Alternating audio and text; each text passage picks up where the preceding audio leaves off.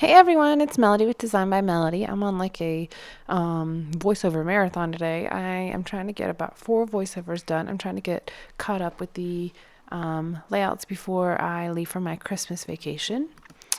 And this again is another layout for my sister's Christmas gift. I have completed 15 total layouts for her, and this is another one. This is a picture of my nephew at the beach. I believe this is the first time they had taken him to the beach, so he's just enjoying the sand and the water. So I wanted to do a layout, and the very first thing that came to my mind was Beach Baby, so I'm totally going with it. In the process, though, I have been really playing around with my Elle Studio products, and I noticed that there are a lot of browns and oranges, and I don't typically use those colors in my scrapbooking, so I decided to go ahead and pull them out for this layout and just go for it. And I thought the brown kind of in the tans kind of looked like the sand, and then I thought the orange was a nice pop against the blue. And the reason I chose this background is because it looks like it has waves. It's like a tone on tone, a blue tone on tone pattern. And let's see if I have my notes here. This is from, the background paper is from American Crafts Sundrifter collection. I have their paper pad, their 12 by 12 paper pad, so that's from that collection. These border strips that you see, the wave plus the, what do you call that, starfish pattern, are both from the SEI On the Coast collection. They're the border strips that came in a perforated or on a perforated piece of paper. Just trimming off kind of the white borders off of those, and I'm just going to layer my photo right on top of those borders. And I'm going to arrange all these labels. I decided just to do it in kind of a miscellaneous diagonal sort of pattern. They kind of cascade from the top all the way to the bottom. Some of them overlap, some of them don't. Most of them are these yellows, browns, and oranges. And then I do have a few blue ones that are going to be thrown in here. Now I'm looking at the title. I'm trying to figure out which alphas I want to use, and I like those multicolored sheet, but I have a really hard time using different colored alphas. I like to use the same color for the same word. I don't mind changing the colors across the words, but I like using the same color for the whole word. And on that one alpha sheet I wasn't going to have, I believe, like the H. I didn't have an H in the right color blue, so I give up on it and I move on to something else, and I pull out these basic gray alphas. Now this is the first time I've ever used this brown one, and it is from the, what do you call that, capture collection, and it's on these little like 4x6 sheets, and they're just perfect. They're really easy to work with. I'm looking to see if I want to use that orange, and I decided to end up using this tile orange alpha instead to put baby. The alphas were too similar in font, and I want it to be drastically different. So the tile, you can't get much different from a square tile to an actual font cut out alpha. So that's why I went with the tile. Plus, I don't have a whole lot of the tiles, so I like to try to use those when I can, to try to use them up. I don't mind having a lot of alphas in my stash, but I do want to make sure that I am making the best use of them. So if I can come up with a word that I have on those little sets, I definitely will. Now I ran the corners of that one, just the top. The bottom ones, or the bottom corners, are still squared.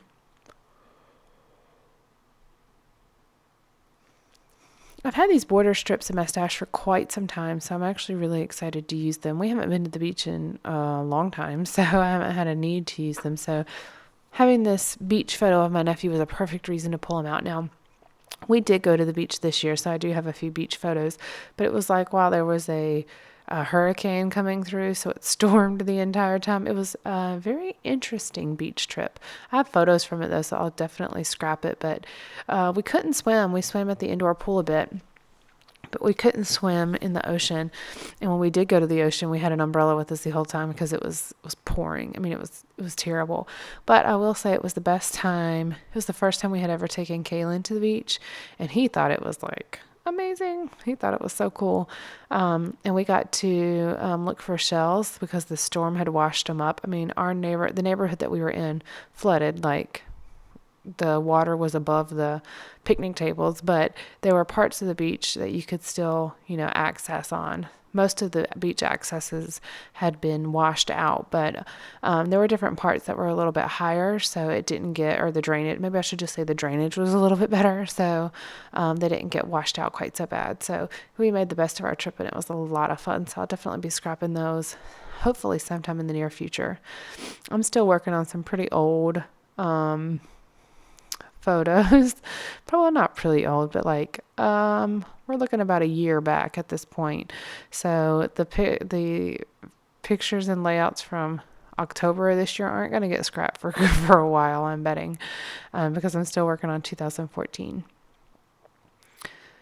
I officially finished my 2013 album though, which that's a big deal for me. That's my first year that I've ever completed. It's actually the first year I started scrapbooking. So I started about July, and I went back and got photos all the way from January. So I had to make up about 6 months. Well, in the process of making up about 6 months, I think I'm about 6 months behind. So in total, I'm about a year behind now.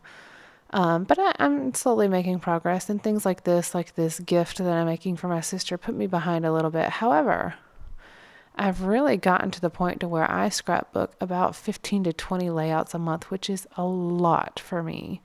I'm hoping to get to the point to where I post about 4 layouts a week for you guys. And I'm going to start subscribing to kits again in January. I use stash kits this entire year. But now I'm pretty much working through my stash, and I'm starting to run out of embellishments. I have a ton of paper and stickers left, but I'm starting to really run out of embellishments. So it's high time I start doing kits again, but I'm going to do something a little bit differently, and I'll talk about this more later.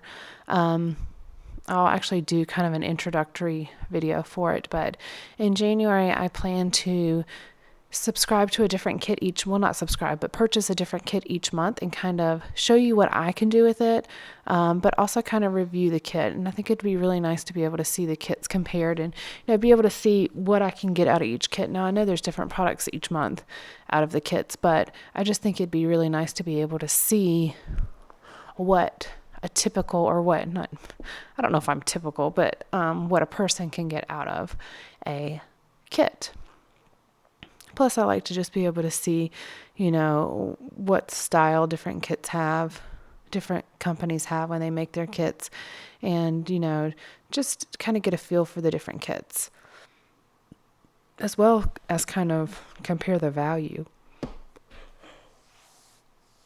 Oh, sorry, I had a yawn all of a sudden. That's terrible. Oh, okay.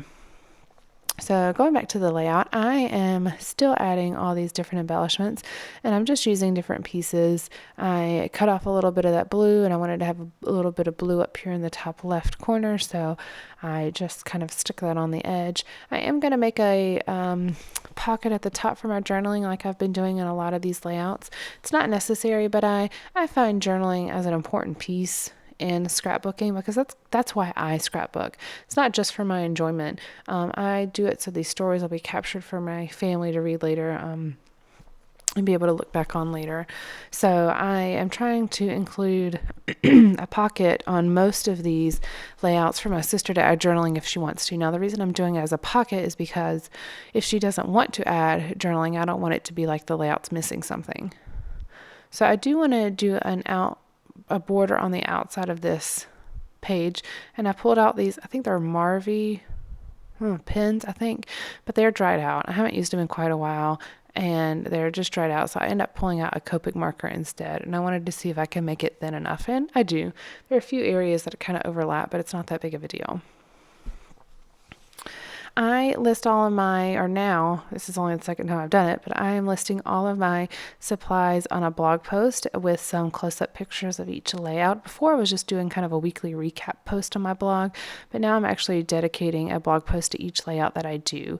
I thought it'd be nice for you guys to be able to see what products I use in case you want to go back and try to find them yourself. So visit my blog. There'll be a link to it in the bottom of this video, or the post on YouTube, like the description box below. While my brain's not working, so there'll be a link to it at the bottom of the video below if you'd like to see it.